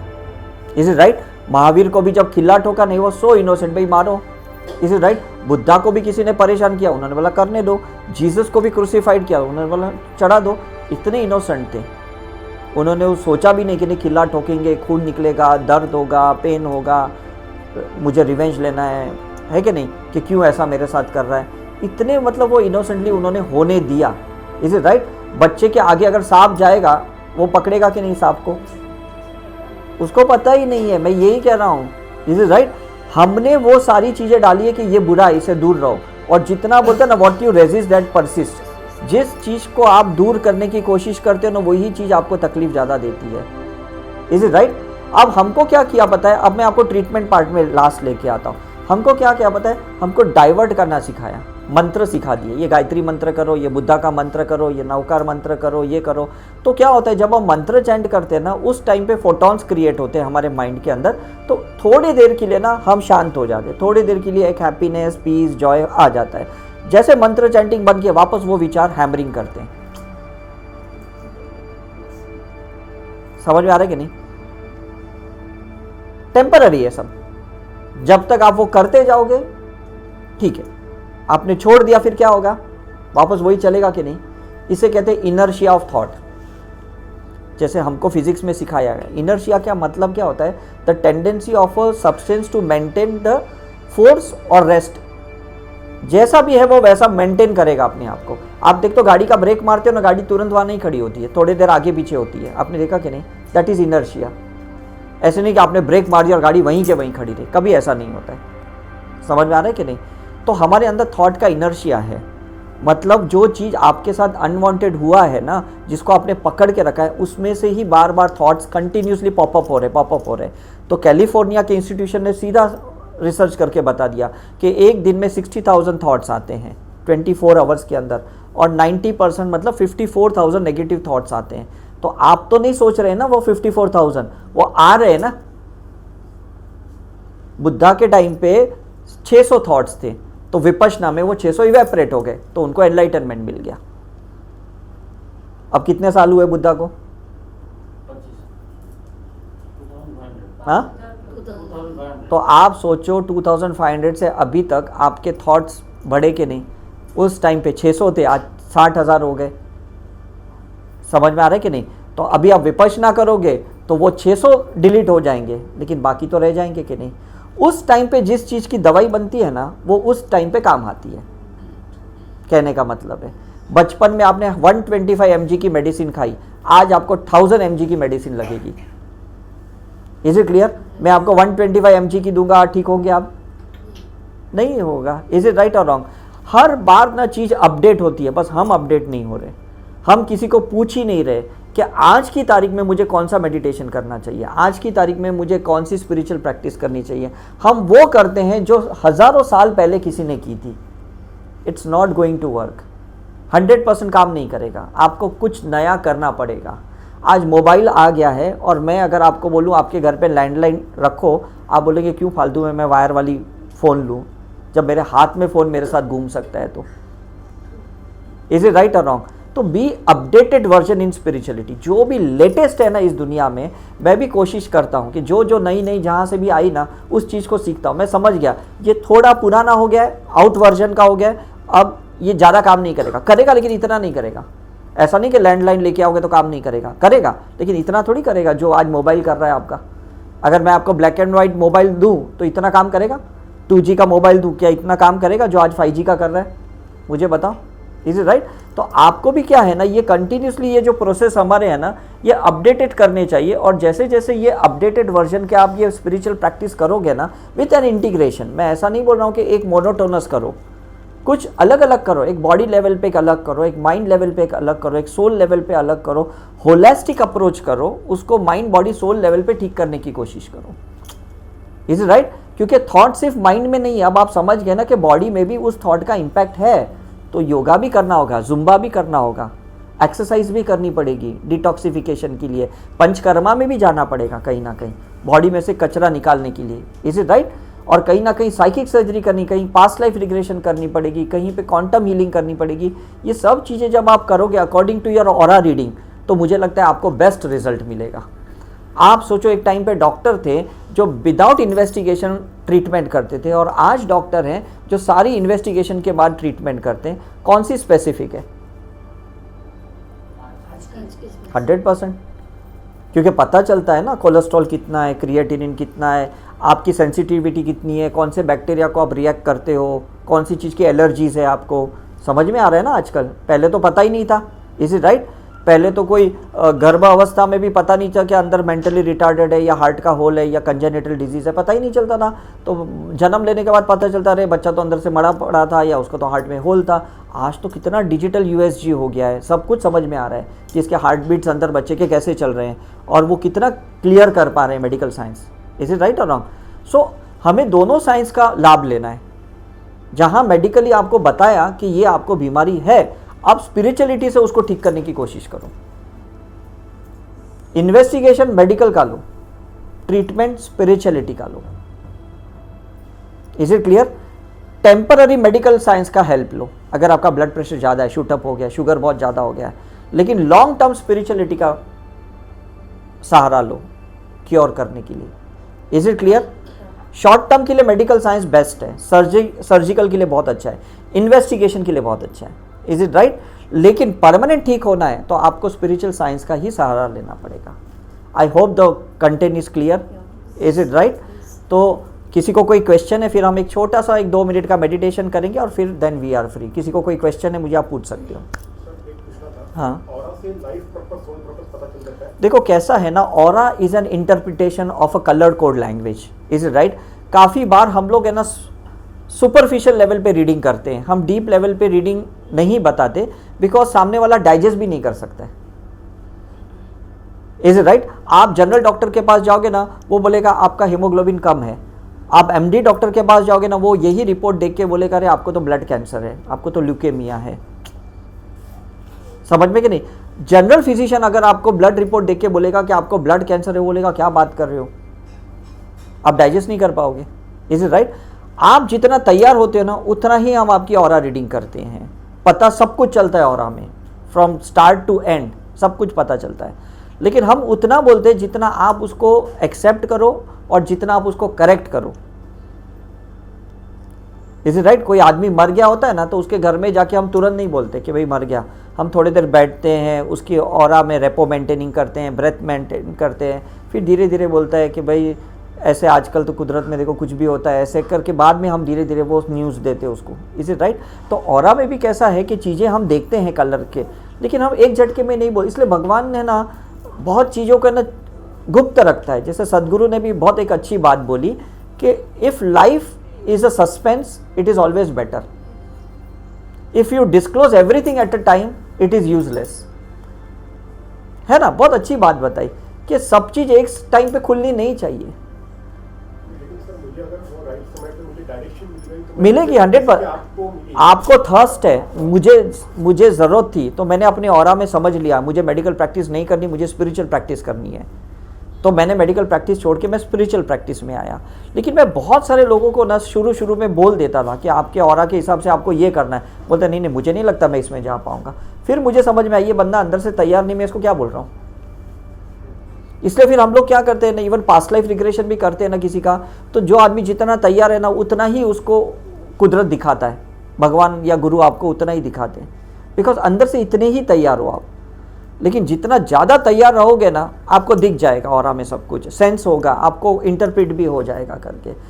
आप टैरो रीडर्स के पास जाओ, कुछ लोग बहुत सुपरफिशियल रीडिंग करते हैं, ऊपर से रीडिंग, और कुछ लोग सही में बोलते हैं आज आपके साथ ये हादसा होने वाला है, और अगर आप तैयार हो तो हादसे को आप हैंडल कर पाओगे।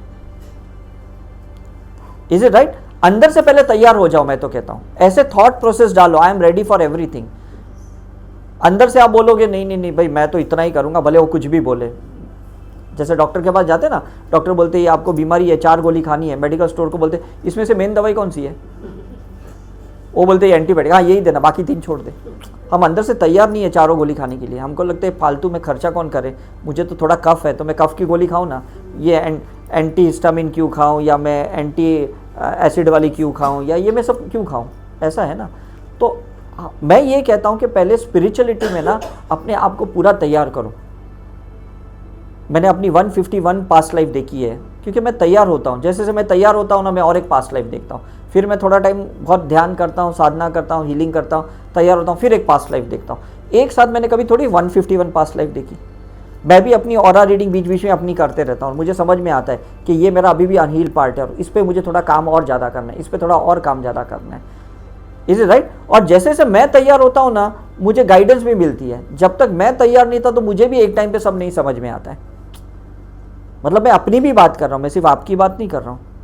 Is it right? अब 1.5 साल का बच्चा है, आपको पिज़्ज़ा खाते हुए देख रहा है और कुछ खिचड़ी खा रहा है, बोलते हैं मुझे दो पिज़्ज़ा। आपको पता है दाती ने क्या खाएगा पिज़्ज़ा? आप दोगे थोड़ी उसको। आप बोलेंगे नहीं अभी तो तू खिचड़ी खा, तो थोड़ा बड़ा होएगा ना 6 महीना, फिर तुझे मैं पिज़्ज़ा खिलाऊंगा। Is it right? तो हमको भी भगवान ना अच्छे से तैयार कर रहा है, और जितनी ज़्यादा आप तैयारी करोगे, बुद्धा को भी 649 लाइफ ऐसी एक झटके में नहीं दिखी ना, महावीर को 513 लाइफ एक झटके में दिखी। उनको भी कम से कम 15-20 साल लगे और धीरे धीरे एक एक लाइफ देखते गए। बिकॉज अपनी ऑरा में घुसते गए ना, अपनी ऑरा फील्ड में जाते गए। पहले वो मेंटल ऑरा में गए, फिर इमोशनल ऑरा में गए, फिर फिजिकल ऑरा में गए, और फिजिकल ऑरा से वो नीचे के ऑरा में गए जहाँ पे उन्होंने एनिमल लाइफ देखी, अपनी प्लांट्स लाइफ देखी, अपनी आताल पाताल वाली लाइफ देखी, मतलब स्पिरिट वाली लाइफ देखी। वो सारी लाइफ उन्होंने देखी और उसको फिर उन्होंने न्यूट्रलाइज किया। तो you have to sustain in that spirituality, मतलब कंसिस्टेंसी आपकी प्रैक्टिस चाहिए। और अगर आप प्रैक्टिस नहीं करोगे ना, तो कब आपका ऑरा वापस नेगेटिव होएगा, क्योंकि वापस वही थॉट आएंगे, वापस वही आपका साइकिल रिपीट होगा जो मैंने शुरू से आपको समझाया। तो फ़ायदा क्या है मुझे बताओ। Is it right? Yes, any other question? Yes sir, meditation में टेल पर्पस ऑफ लाइफ। हाँ, तो वो कैसे पता चलेगा? मतलब कुछ अलग थॉट आएंगे या something will be manifested in front of you? देखो 2 तरीका होता है ना, कि या तो अंदर से समझ में आ जाता है, इज इट राइट, और या तो बाहर से समझ में। कैसे? मैं आपको बोलता हूँ कि सपोज आपने मुझे बनाना दिया, एक बनाना दिया खाने के लिए, केला। मैं आपके साथ बात कर रहा हूँ और मैं बनाना को छील रहा हूँ करके, इज इट राइट, और मैं खाते जा रहा हूँ। आप बोलोगे अरे रुको रुको, एक ब्लैक पार्ट है तो प्लीज़ इसको निकालो। जो मेरा ध्यान नहीं था, आपका ध्यान गया, तो मैं बोलूँगा अरे अच्छा वो आपने बताया, तो वो मैं ब्लैक पार्ट निकाल के फिर बनाना खाऊंगा। बिकॉज मेरा अटेंशन आप पे था, मैं बनाना पे ध्यान नहीं दिया और आपने देख लिया उसको। तो काफ़ी बार बाहर से लोग हमको डायरेक्शन देते और हमको लगता है ये क्या बोल रहे हैं, मैंने इसको थोड़ी पूछा कि तुझ में एंगर है, तुझ में जेलसी है, थोड़ा तू ऐसा है। तो ये बाहर से भी लोग हमें ऑब्जर्व कर रहे हैं, तो ये भी एक मेडिटेशन का पार्ट है। और जब आप रियली मेडिटेशन में अंदर जाते हो तो बाहर से कहीं से गाइडेंस की ज़रूरत नहीं पड़ती, अंदर से ही सारी गाइडेंस आ जाती है आपको, बिकॉज आपका अवेयरनेस है ना वो थॉट पे। तो इसलिए तो विपश्यना में वही करते हैं कि भाई अपने थॉट को ऑब्जर्व करो, ऑब्जर्व करो, ऑब्जर्व करो, ऑब्जर्व करो, कौन सा थॉट आया, कौन सा थॉट आया, कौन सा, उसको कंटिन्यूसली ऑब्जर्व कर रहे हैं। तो बाहर से किसी की गाइडेंस की ज़रूरत नहीं है, हमें अंदर ही समझ में आएगा कि मुझे फियर निकालना है, मुझे थोड़ी इनसिक्योरिटी निकालनी है ना, मुझे थोड़ा ये गुस्सा निकालना है, आपको अंदर से समझ में आ जाएगा, राइट। तो काफ़ी बार बाहर से भी इंडिकेशंस मिल जाते हैं, इज राइट। और काफ़ी बार जब हम रियली तैयार हैं और पूरे अवेयरनेस के साथ मेडिटेशन कर रहे हैं तो अंदर से आवाज़ आएगी, ऐसा होता है। You have to connect your core of your heart during meditation, ऐसा है विद द अवेयरनेस। तो वो जो फीलिंग आती है ना, वो फीलिंग बताती है कि एक्चुअली कैसी फीलिंग आई, अच्छी फीलिंग आई कि बुरी फीलिंग आई, डल फीलिंग है या मतलब लाइट वाली फीलिंग है, हैवी फीलिंग है, ये अंदर से फीलिंग आती है। तो हम काफ़ी बार लोगों को पूछते हैं आपको कैसा फील हुआ, आप बोलते पता नहीं, और कुछ लोग बोलते मुझे बहुत अच्छा लाइट फील हुआ। Means you have to connect with that feeling. Sir, but if the person is already in depressive mode, हाँ, वो जो ये कर रहा है हाँ, meditation, हाँ, तो मोस्टली तो पहले नेगेटिव थॉट्स आने वाले, मैं यही कह रहा हूँ, इसलिए उसको ना निकलने दो, जितने भी नेगेटिव निकलेंगे। जैसे मैंने बोला ना, मैंने केला देख लिया यहाँ से पका हुआ है, इसको मैंने खोला, इसको मैंने खोला, इसको मैंने खोला, इसको मैं, फिर तो वाइट दिखेगा ना। जब तक मैं पूरा छिलूंगा नहीं, अगर एप्पल भी रहेगा और उसको आर्टिफिशियली उन्होंने पकाया है, केमिकली पकाया है, मैं छिलका निकालते जाऊंगा, फिर तो अंदर से कुछ फ्रूट मिलेगा कि नहीं, इज इट राइट। बट इंसान क्या ना कंसिस्टेंट नहीं रहता है, वो सोचता है अभी भी कुछ फ़ायदा नहीं हुआ, अभी भी फ़ायदा नहीं हुआ, अभी भी फ़ायदा नहीं हुआ, ऐसा होता है। ये सबको सर हो सकता है, सबके साथ, experience जो आपने एक्सपीरियंस किया, सबको हो सकता है। You have to change the direction of your life. Perfect perfect perfect. तो सब everybody is capable of everyone is capable, this. Because आप जिस पर्पस के लिए या तो आपको भेजा गया है ऊपर से, और या तो लाइफ बिटवीन लाइफ आपने डिसाइड करके नीचे आए हैं, ये तो 100% उसको मैनिफेस्ट करना है कि नहीं। मैंने डिसाइड किया पास्ट की बहुत सारी लाइफ में कि मुझे डॉक्टर बन के रिसर्च करके ना स्पिरिचुअल प्रैक्टिस करनी, ये एक थॉट ना मैंने बहुत सी लाइफ में डाला, समझ में आ रहा है कि नहीं। तो मैंने डॉक्टर भी बना, फिर मैं ये रिसर्च कर रहा हूँ, लेकिन स्पिरिचुअलिटी के ऊपर रिसर्च कर रहा हूँ। मैं मेडिसिन के ऊपर रिसर्च नहीं कर रहा हूँ, मैं फार्मेसी पे रिसर्च नहीं कर रहा हूँ, मैं बैक्टीरिया वायरस पे रिसर्च नहीं कर रहा हूँ, मैं क्वांटम फिजिक्स पे कर रहा हूँ, इज इट राइट? तो आपको भी समझना आना चाहिए। और कुछ लोग बहुत मतलब स्पॉन्टेनियस होते हैं, देखते हैं ना ये इंडियन आइडल में गाना गा रहा है, वो उधर डांस कर रहा है, वो उनका लाइफ पर्पस समझ में आ गया ना उनको, या उनको गुरु ने बोला तेरी आवाज़ बहुत अच्छी है, तू अच्छा गाना गा सकता है। Is it right? हमारे टीम मेंबर्स भी जब रहते हैं ना, जब कोई नया आता है ना, मुझे ऐसे क्लिक होता है कि इसको मुझे पास्ट लाइफ रिग्रेशन सब्जेक्ट देना है, इसको मुझे ऑरा का सब्जेक्ट देना है, इसको मुझे माइंड का सब्जेक्ट, और वो बहुत अच्छा करते हैं बिकॉज वो गाइडेंस मिलता है अंदर से कि इसको और कोई सब्जेक्ट में डालेंगे नहीं, ये खुद भी आगे नहीं बढ़ेगा, लोग भी डाइजेस्ट नहीं कर पाएंगे। तो आप जिस चीज़ के लिए बने हो बस वही चीज़ करो। अच्छा सेल्समैन जो होता है ना दुकान में, वो जो कस्टमर आता है ना उसको रीड करता है और एग्जैक्टली वही प्रोडक्ट देता है। तो हम जो ओनर होते हैं बोलते हैं यार ये सेल्समैन बहुत अच्छा है, ये जब भी रहता है ना बहुत बिजनेस अच्छा होता है, बिकॉज वो रीड अच्छा कर रहा है। Is it right? तो ये तो टू वे प्रोसेस हुआ, मतलब customer and the shop. But आपका भी मैंने ऐसे ही बोला ना, आपका भी मैंने ऐसे बोला। सर अगर खुद ही मेडिटेशन करते रहते हैं तो आपको भी टू वे समझना है। सी आपको कैसा है ना, जो अवेयरनेस का मतलब क्या है पता है? Your consciousness is observing you, that is awareness. This is also two way. समझ में आ रहा है कि नहीं? आप अपने आप को ऑब्जर्व कर रहे हो। आप देखो, आप सेल्फी में किसको ऑब्जर्व कर रहे हो? आप मिरर में किसको ऑब्जर्व कर रहे हो? अपने आप को तो ऑब्जर्व कर रहे हो, राइट? कोई भी सेल्फी नहीं आती, आप उसको डिलीट करते हो, वापस सेल्फी, अरे यार इसमें शक्ल ठीक नहीं आई, अरे इसमें थोड़ा बाल ठीक नहीं आया।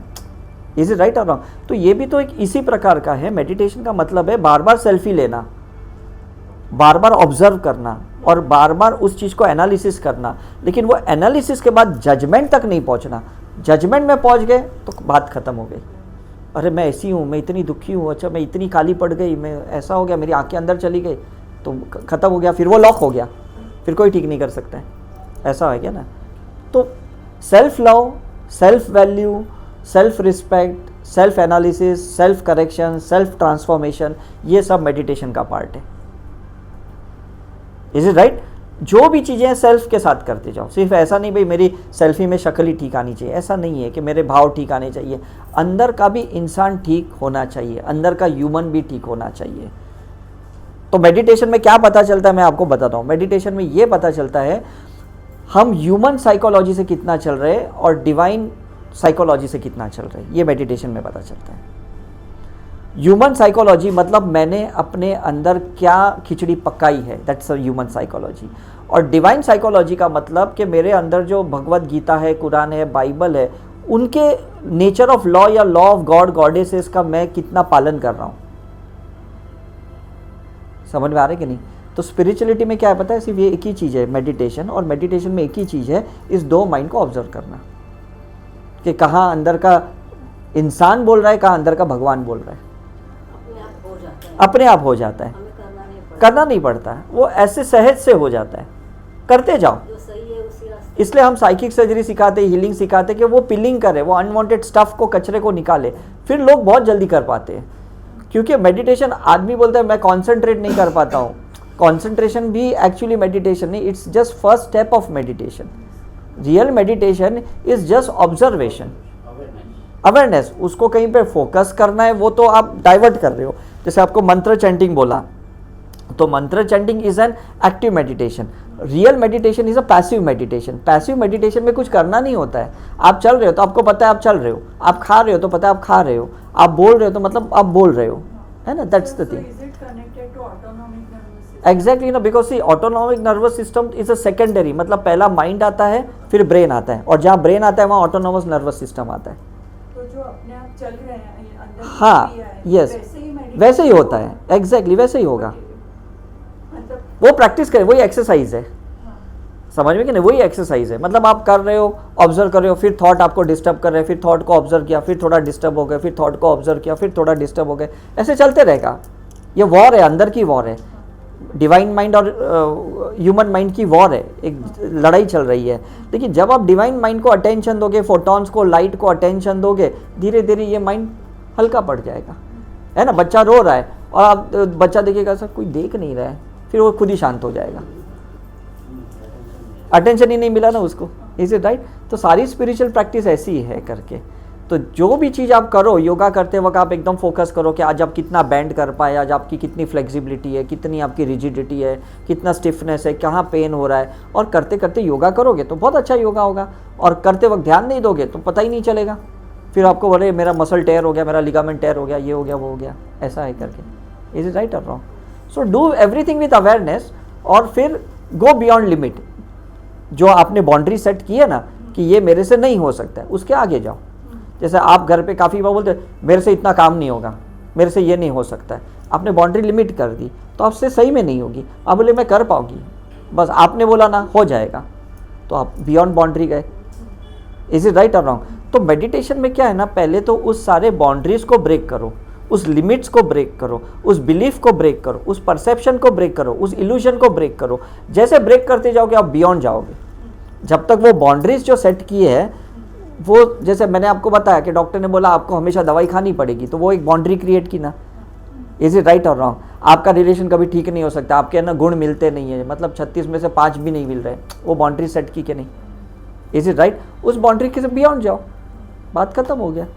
और जब लोग बियॉन्ड जाते हैं तो 350 की शुगर वाले भी घूमते हैं, 7 हेमोग्लोबिन वाले भी घूमते हैं, क्योंकि वो लोग बियॉन्ड गए कि मुझे कुछ नहीं हो रहा है, मैं तो मस्त हूँ। तो बड़े बड़े संत साधुओं को जब बीमारियाँ हुई उनको बिल्कुल पैनिक नहीं हुआ, वो तो अपनी कैंसर की गांठों के साथ भी सत्संग कर रहे थे, because they went beyond the body, they went beyond that energy, and that's the consciousness where meditation has to catch. ऐसा है ना? तो मैंने भी पास्ट लाइफ अपनी तब देखी जब मैं बियॉन्ड बॉडी, बियॉन्ड एनर्जी गया और मैं अपनी चेतना में रहा, तब मैंने ऊपर से एक बर्ड व्यू जिसको बोलते हैं ना, तो उस दर मैंने देखा अच्छा वो साल में मैं इस जगह पे था और ये लोग मेरे साथ थे, ऐसे मैंने देखा। और फिर उसको मैंने धीरे धीरे अपने लाइफ में इम्प्लीमेंट किया। तो आप जैसे लोग जो मेरे पास्ट लाइफ से जुड़े थे वो आप यहाँ पे आ गए। मैंने कुछ पर्सनली थोड़ी आपको मैसेज किया, पर्सनली थोड़ी मैंने आपको फ़ोन किया, लेकिन वो लॉ ऑफ अट्रैक्शन है कि जो चीज़ आप देखते हो और आप क्लियर करने के लिए तैयार हो तो आप अट्रैक्ट करते हो। भाई ऐसे ही तो हस्बैंड वाइफ मिलते हैं, ऐसे ही तो बच्चे हमारी लाइफ में आते हैं, ऐसे ही तो चीज़ें हमारी लाइफ में आती हैं। Is right? लेकिन जितना मेडिटेशन करके करोगे ना तो आपको समझ में आएगा ये क्यों आया, ये क्यों आया, ये कैसे आया, ये कब आया, ये क्या पर्पस है, तब समझ में आएगा। इसलिए कहते कुछ भी करो होश में करो और कुछ मत। होश में करने को ही मेडिटेशन बोलते। सर हम पास हाँ। कुछ इंसिडेंट होते हैं, लोग बोलते हैं कि बिकॉज़ ऑफ पास्ट लाइफ हुआ है। हाँ, तो मेरी लाइफ तो ऐसी होगी ना जहाँ पास्ट लाइफ गई। 100%। जहाँ पास्ट लाइफ नहीं थी ना वहाँ इग्नोरेंस था, अज्ञानता थी, और ज्ञान लेने के लिए हमने लाइफ ली है ना? जैसे बच्चा 2 साल के पहले तो एजुकेटेड नहीं था, तो कोई डिग्री नहीं थी। जैसे बच्चा स्कूल में गया, एजुकेशन आया उसके अंदर, पहले स्कूल का एजुकेशन, कॉलेज का एजुकेशन। Is it right? तो पहले की जो लाइफ थी ना हमारी, जैसे अगर आप टेररिस्ट की लाइफ देखो तो वो उसकी पास्ट लाइफ नहीं थी, he was an animal life. तो वो ह्यूमन में आया, उसको हैंडल ही नहीं करना आया ह्यूमन लाइफ को, उसको समझ में ही नहीं आया कि मैं किसको पेन दे रहा हूँ, तकलीफ दे रहा हूँ, अटैक कर रहा हूँ, मार रहा हूँ, ख़त्म कर रहा हूँ। Is it right? वो मरने को भी तैयार है, मारने को भी तैयार है, बिकॉज एनिमल भी ऐसे ही तैयार होते। इज इट राइट और रॉन्ग? राइट? तो हमें भी कैसा है ना कि हम जैसे इवॉल्व होते हैं ना, हमारी सोल लेवल आगे जाती है ना, हमारे अंदर वो पोटेंशियलिटी आती है और हमको टॉलरेंस पावर बढ़ जाता है, मैच्योरिटी आ जाती है। समझ में आएगा ना? मैच्योरिटी आ जाती है। तो जो भी हमारे डार्क साइड है ना उसको हम हैंडल करना सीख लेते हैं जैसे जैसे हम ऊपर लेवल पे जाते हैं। तो that's the main benefit of it. या ग्रह का और हमारे इससे कुछ रिलेशन होता है क्या? बोलते अभी आपका शनि चल रहा है। हाँ, 100%। देखो होता ही है ना, जैसे अभी भी ये साल 2024 सैटर्न का है तो सब पे इम्पैक्ट गिरेगा। आप स्पिरिचुअली आगे जा सकते हो, कमर्शियली आप ज़्यादा आगे नहीं जा सकते हो, बिकॉज यहाँ एनालिसिस बहुत होता है पहले का सब, जो आपका क्या ऑडिटिंग होता है, अकाउंट सेटलमेंट होता है ये साल में। तो ट्राई करना ये साल में ज़्यादा स्पिरिचुअल एक्टिविटी करो, योगा करो, मेडिटेशन करो, शांत रहो, अकेले में ज़्यादा रहो, ज़्यादा पब्लिक में मत जाओ, ज़्यादा रोड साइड पे मत जाओ, ज़्यादा व्हीकल ड्राइव मत करो, बिकॉज ये सैटर्न का इम्पैक्ट आपके ऊपर गिरता है। बट अगर आप रेगुलर स्पिरिचुअल प्रैक्टिस करते हो तो ये सारी कोई चीज़ आप पे इम्पैक्ट नहीं करेगी, है ना? बिकॉज आप खुद ही उसको नलीफाई कर रहे हो। तो कोई अगर मैं रेगुलर इनकम टैक्स पे करूँगा तो मेरे घर पे रेड क्यों करेगी? वो ऑडिट वाला बोलेगा यार ये तो 5 लाख कमाता है, 10 लाख का इनकम टैक्स पे कर रहा है, मैं इसके घर पे क्यों रेड डालूँ? Is it right? तो शनि मतलब छाया है। छाया किसको देखती है? It's called a black God. Black God किसको देखता है? जिसने वाइट गॉड का इस्तेमाल नहीं किया ना, ब्लैक गॉड उसको अटैक करता है, गलत काम किया, है ना? तो जब आप सही कर रहे हो तो सैटर्न कुछ नहीं करेगा और ज़्यादा अपलिफ्ट करेगा। जैसा अभी 12th फेल मूवी देखी ना आपने, कितनी सुपर हिट हो गई। अब ये बंदा तो पहले से मतलब किया हुआ था, लेकिन ये साल उसका क्यों ये आया? बिकॉज ये अभी सैटर्न ने उसको पिकअप किया। सैटर्न ने बोला नहीं, दुनिया को, बच्चों को बताऊं कि भाई ऐसे पढ़ाई लिखाई की जाती है, सिर्फ आपको टैब वैब लैपटॉप लेके पढ़ाई नहीं की जा सकती, कि पैसे वाले पेरेंट्स होते हैं या आपके पास बहुत पैसा है तो ही आप थोड़ी पढ़ते। मतलब सैटर्न देखो कैसे कर रहा है कि किसी ना किसी को पिकअप करता है कहीं ना कहीं से, इज राइट। और आप अगर उनमें से हो तो आपको पिकअप करेगा वो और आपको एक रोल मॉडल बना देगा, इज राइट। लेकिन अगर आप बुरे हो तो भी आपको वो रोल मॉडल बनाएगा कि इनके जैसे कभी मत बनना है, ये देखो कैसे बदमाश है, is right. So this a very beautiful science spiritual. इसलिए आप कभी रिट्रीट में आओ जहाँ पे हमारा 3 days 5 days होता है, अभी पंचगनी में भी है हमारा।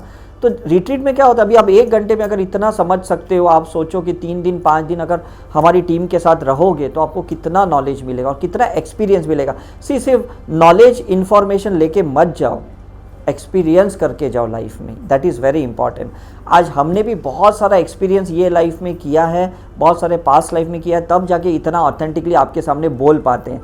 अदरवाइज ये साइंस के ऊपर इतना बोलना आप और मेरे लेमैन का काम ही नहीं है, इज इज राइट और रॉन्ग। तो एक्सपीरियंस लो तो बहुत मज़ा आएगा, नहीं तो ये वहीं पे फुल स्टॉप आ जाएगा आपका लाइफ में, ठीक है। यस कृष्ण। सर पंचगनी का जो रिट्रीट होने वाला है, हाँ। तो पंचगनी में क्यों है, उसका कोई महत्व क्या है? नहीं, बिकॉज एक तो एटमॉस्फियर बहुत अच्छा है। अगर आप गिनीज बुक में देखोगे तो it is the best place in India, second place in the world, first is a Switzerland, second is a Panchgani.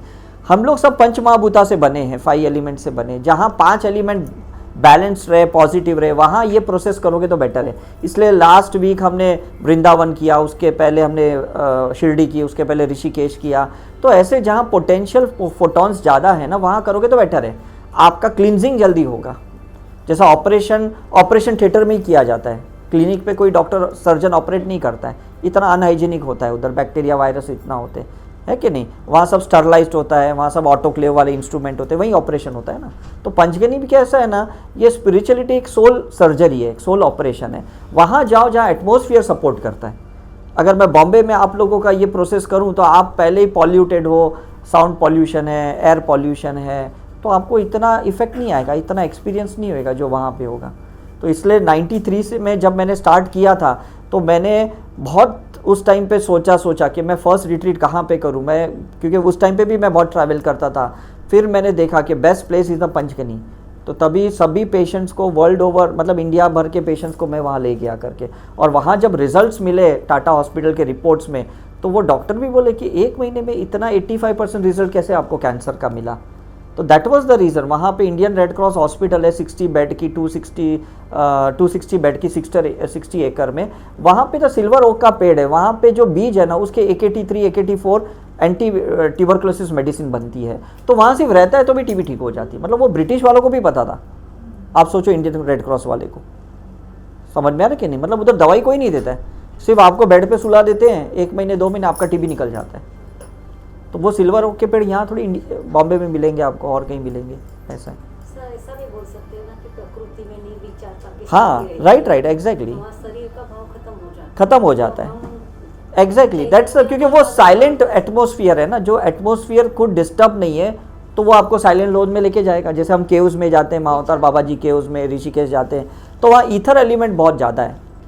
लेकिन यहाँ तो कैसे 5 एलिमेंट सारे बैलेंस्ड है, पहाड़ भी है, पानी भी है, मतलब हवा भी इतनी है, सनलाइट इतनी क्लियर है, कहीं पे ऐसे कोई डॉट पार्टिकल नहीं दिखता है। कभी भी ऐसे धूप आएगी ना तो कोई पार्टिकल नहीं, इधर बॉम्बे में आपको तुरंत दिख जाएगा, सब डस्ट पार्टिकल दिख जाएगी यहाँ पे, वहाँ बिल्कुल नहीं दिखता है ऐसा। हाँ that's so okay, let us meditate for 2 minutes। हम सब नॉलेज को डाउनलोड करें अंदर and then we are free. Okay, just आँख बंद करें।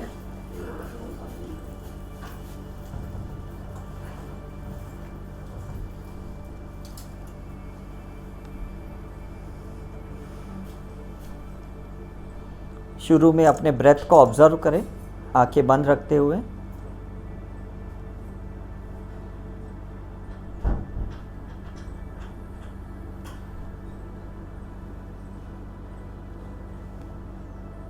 नॉर्मल ब्रेथ, साधारण सी सांसें लेनी है और छोड़नी है।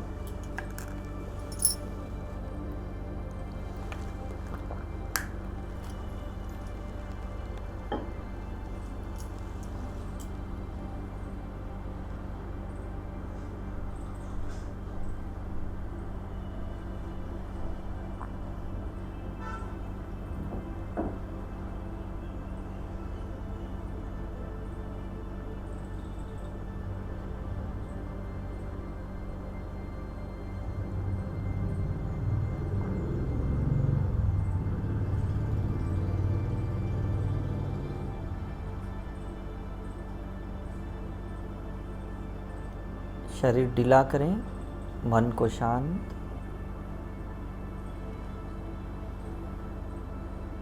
Experience this silence zone.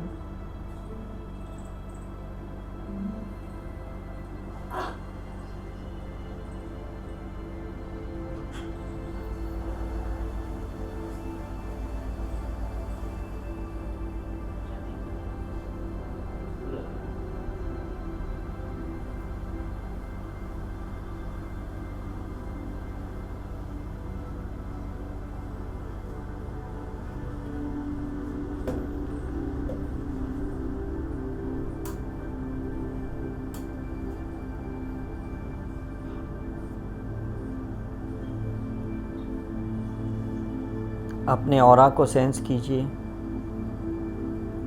अपनी एनर्जी फील्ड को सेंस कीजिए।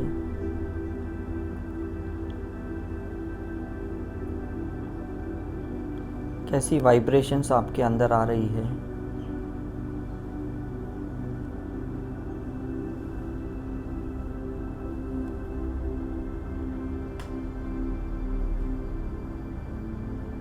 ऑब्जर्व योर थॉट्स, अपने विचारों को देखते रहिए।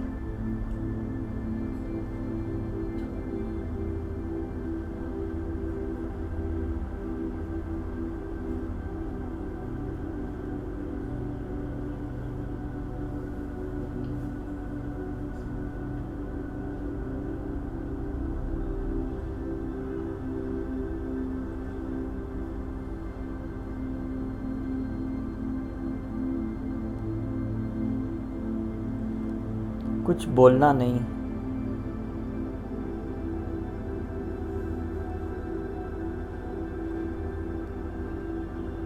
जस्ट ऑब्जर्व करें।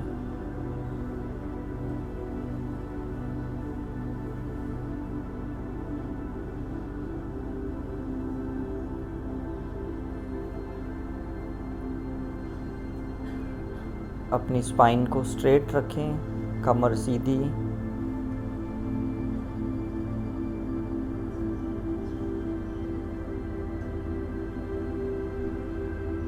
बॉडी को रिलैक्स होने दें।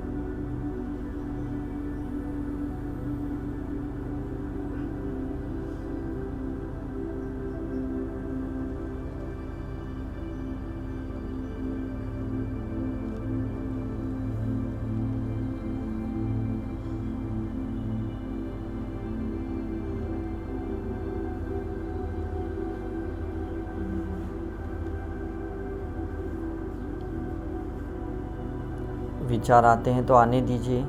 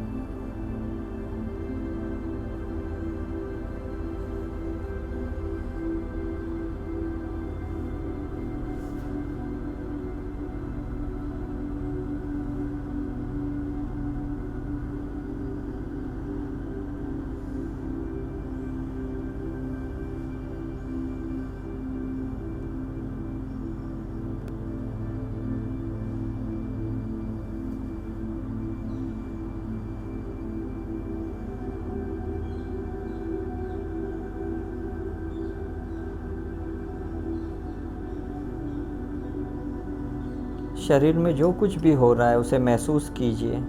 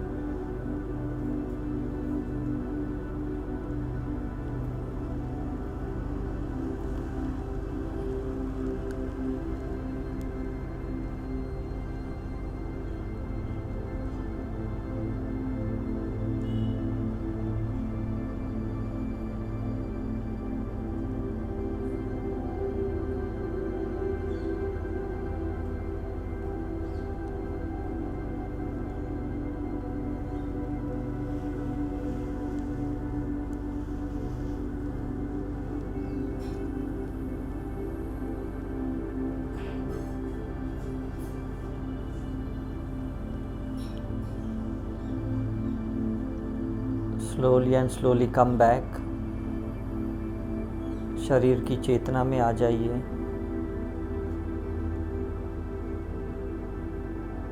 Feel your body, feel your presence. और जब आप तैयार हो तो धीरे धीरे आंखें खोल सकते हैं। Slowly open.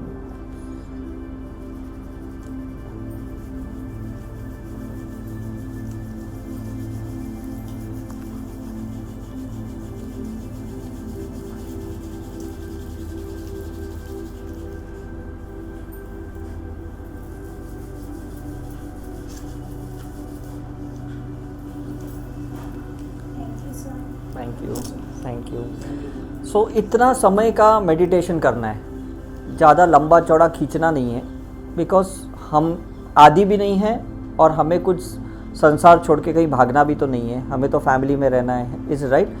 हमें बेस्ट परफॉर्मेंस देना है, बीच बीच में हमें अपनी ये बैटरी चार्ज करनी है मेडिटेशन के लिए। तो हर 1-2 घंटे बाद बस इतना 1-2 मिनट का मेडिटेशन कर लिया, दैट्स इनफ। Is right. इतना तो होगा कि नहीं, समझ में? कि जहाँ पे भी बैठे हैं आप, जो भी आप कर रहे हो, बीच में आप थोड़ा एक पॉज ले लो, मोबाइल को थोड़ा आप साइलेंट मोड पे रख दो और आप ध्यान में बैठ गए। और क्योंकि क्या है ना, ज़्यादा बैठोगे तो वैराग्य आ जाएगा, फिर बाहर आने का मन नहीं होगा। और जितना ज़्यादा भी गैप रखोगे मेडिटेशन नहीं करते हुए, तो भी आप उलझ जाओगे अपने डे टू डे लाइफ में। तो कहीं ना कहीं कोई पैटर्न नहीं बनने देना भी एक बड़ा मेडिटेशन है। कहीं कहीं उस चीज़ में ज़्यादा देर तक नहीं रहना भी बहुत ज़रूरी है। Variation is nature's creation. समझ में आ रहा है कि नहीं तो आप बह जाओगे और कुछ नहीं है। तो अब सोच लो कि मुझे 1 घंटे बाद, 2 घंटे बाद एक छोटा सा 2 मिनट का ध्यान करना है, बस इतना सोच लो आप, ठीक है?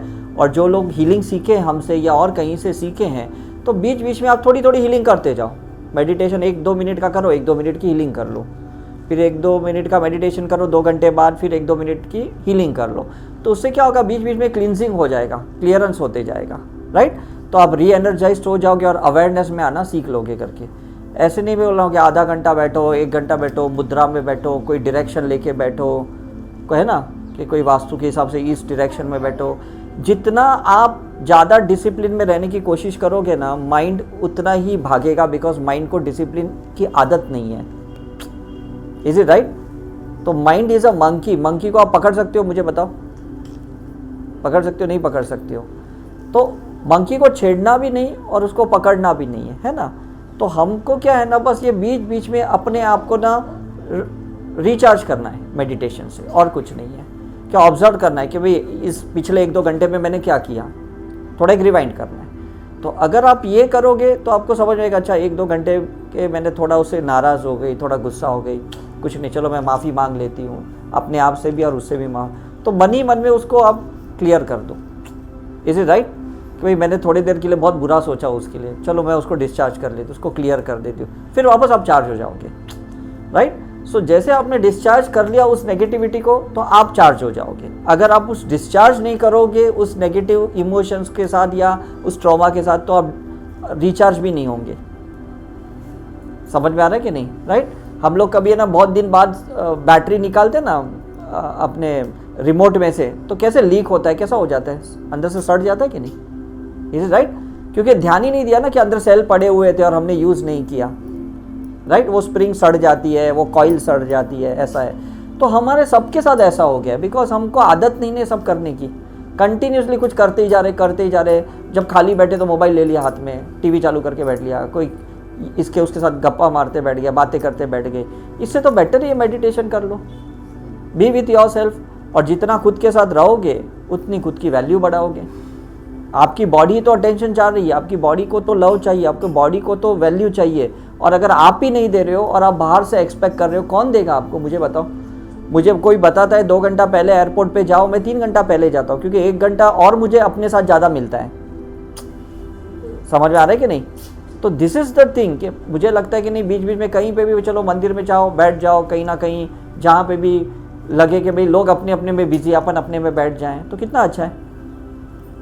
Give attention to yourself, because अंदर से कोई इंसान बात करना चाहता है आपके साथ, एंड मेडिटेशन में ही हम अपने से बात कर सकते हैं। और कैसे करेंगे मुझे बताओ, नहीं कर पाएंगे ना। तो इसको भाई बड़ा प्रोसीजर मत समझो कि बहुत बड़ा प्रोसीजर स्पिरिचुअलिटी का, मेडिटेशन का, ये मेरे से नहीं होगा, मैंने तो कभी किया नहीं है। करना क्या है, खुद के साथ रहना इस मेडिटेशन। और नहीं रहोगे तो कितनी एनर्जी डिस्टर्ब हो जाएगी। आपने देखा ऑरा में किधर फियर सेडिमेंट होता है, किसकी इनसिक्योरिटी सेडिमेंट, और फिर उसका सिस्ट बन जाता है, ट्यूमर बन जाता है, ब्रेन हेमरेज हो जाता है, पैरालिसिस हो जाता है, मतलब स्कोलियोसिस, क्या क्या बीमारियां हो जाती है। हम तो इफेक्ट को डायग्नोसिस करते हैं, कॉज तो ये है कि ध्यान नहीं दिया। फिर हॉस्पिटल में जब हमको पकड़ के वेंटिलेटर पे रखते तब हम अपने आप को ध्यान देते, तब हम अपने साथ रहने की कोशिश करते, तब क्या फ़ायदा, तब तो सारे डिजेनरेटिव सेल्स हो गए, कहीं रीजनरेशन का टाइम ही नहीं रहा। Is it right. तो ये कर पाओगे कि नहीं। चलो thank you very much, I hope सबने एंजॉय किया। Good good. सो जब भी हो सके तो प्लीज़ यहाँ पे आते रहिएगा, जब भी मेडिटेशन रहे या कोई भी हमारे टीम का क्लास रहे, या जो भी ऑनलाइन पे आपको यूट्यूब पे हमारे जो टीम मेंबर्स जो अपलोड करते हैं वीडियोस, देखते रहिएगा। कभी भी आपको सेम वीडियो सेम कंटेंट नहीं मिलेगा, there is always a variations. ऐसा मत सोचना नहीं ये तो सेम है, मुझे पता है। थोड़ा भी कुछ नया मिला ना, बस उसको फॉलो करो, थोड़ा भी कुछ नया मिला उसको फॉलो करो।